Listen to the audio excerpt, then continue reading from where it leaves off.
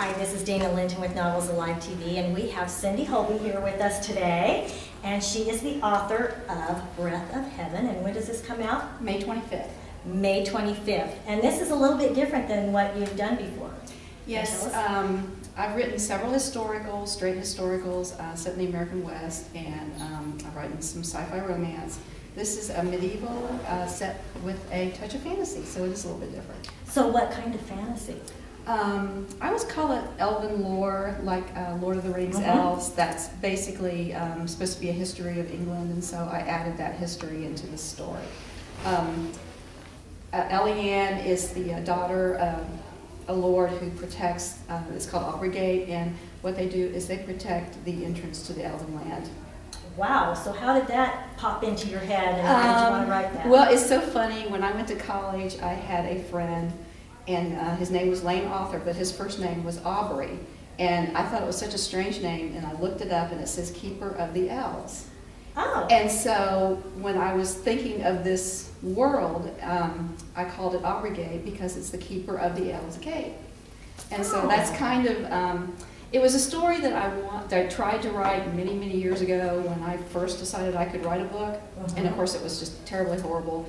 And I've written, this is my 14th book, and so I wanted to go back and try it again because the story has always been there.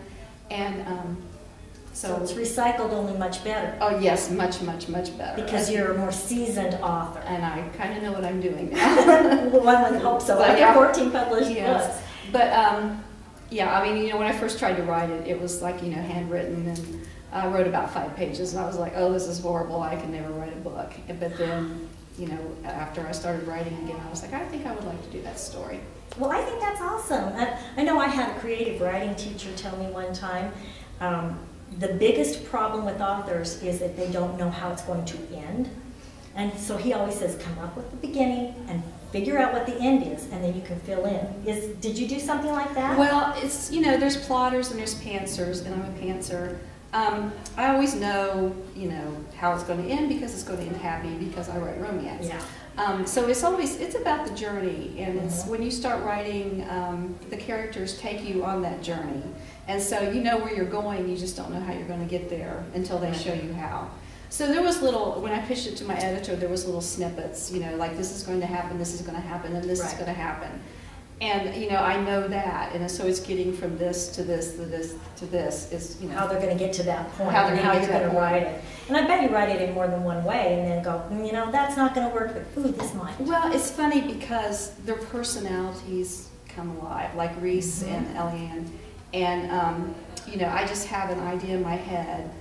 Reese has never known love as a child, and Elianne has known nothing but love.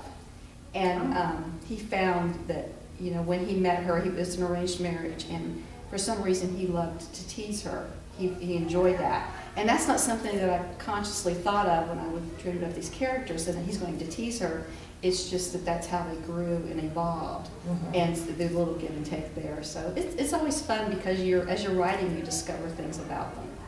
And I like that part. And you know, that's what Novels Alive is about, is making books come alive. What happens to make your characters actually become real? And I know some people in some books, you know, like let's say the vampire series, The Twilight, people actually believe these characters are real, and that's, you know, that's pretty amazing and fun to me. Well, I mean, that is the thing that you want to achieve. I mean, it's especially important to me. A lot of the fan mail I get is that your characters are so real. And as I usually write series, people want to know what happened to them after, you know, you close the book. They want to revisit them again and make sure that they're happy, that they're okay. And you know, and I think you give them those little quirks and the internal conflict that make them very, very human. And but it's really fun because they reveal themselves to me. You know, so I start with a general idea of what they are and just start putting them in situations, and they reveal to me how they're going to react. So I love that. I really do. I mean, it's like they're developing and growing, and then you go, okay, that's so inconsistent with his character. I can't write that, or this is perfect for his character. And you just know it instinctually. Well, and the character has to have growth through the book. So they have to grow. Not only do they grow together in a relationship, they have to grow as people and have their little aha moments and then move forward. So Right. it's really interesting. And even though I've written 14 books, each character is different in their own different way. Right. And so it's a great experience. I love the discovery of who they turn out to be. But are there, with your heroes, is there a strong underlying theme that runs through all of them? Well, I think everybody has insecurities. I mean, even the most alpha hero has insecurities. And I think you have to include those. And so they all have their different insecurities. Rising Wind, which is one of my favorite books, it's a historical. My character was afraid of dying as a coward because his father died a hero, his mother died a hero, and he was captured by the Shawnee and saw what they put his friend through. And he had that greatest fear that he would not die well. And then the woman that he loved was taken by the Shawnee, and the only way he could save her was to exchange himself for her. And he knew that when he did that what they would do to him. And so he had to come to that realization that he wanted to save her, And be that hero. And be that hero. And so, it was a long internal journey for him. But luckily, he got away. And it always ends well. It always ends well. That's one thing about romance, and that's probably why I like it, is I'm not going to read it and at the end go, no. And it's always uplifting. And I know when it comes to series, I had a couple of series that I've really been into. And at the end of it, you just feel like, oh, I'm going to miss them. They become part of your life. And I'm one of those that when I start reading a series in particular, and let's say 5 of the books are already out, I don't stop reading. And so for 2 weeks, I get nothing done, but I'm just reading or whatever.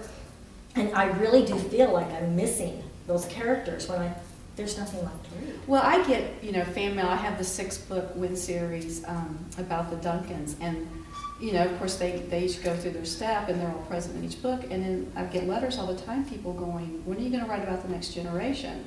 So I'm working on that now, hoping, that the publisher will pick up the next generation.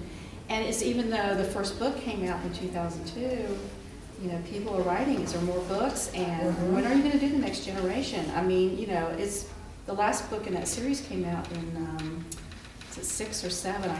After 14 books, it's hard to remember. But it's like just this week I got 3 pieces of fan mail. Are you going to do the next generation? When can we read it? And so people do get attached to them. And I'm proud to say that people are attached to my characters, and it makes me feel good as a writer that I am achieving my purpose, that I'm writing characters that people don't forget.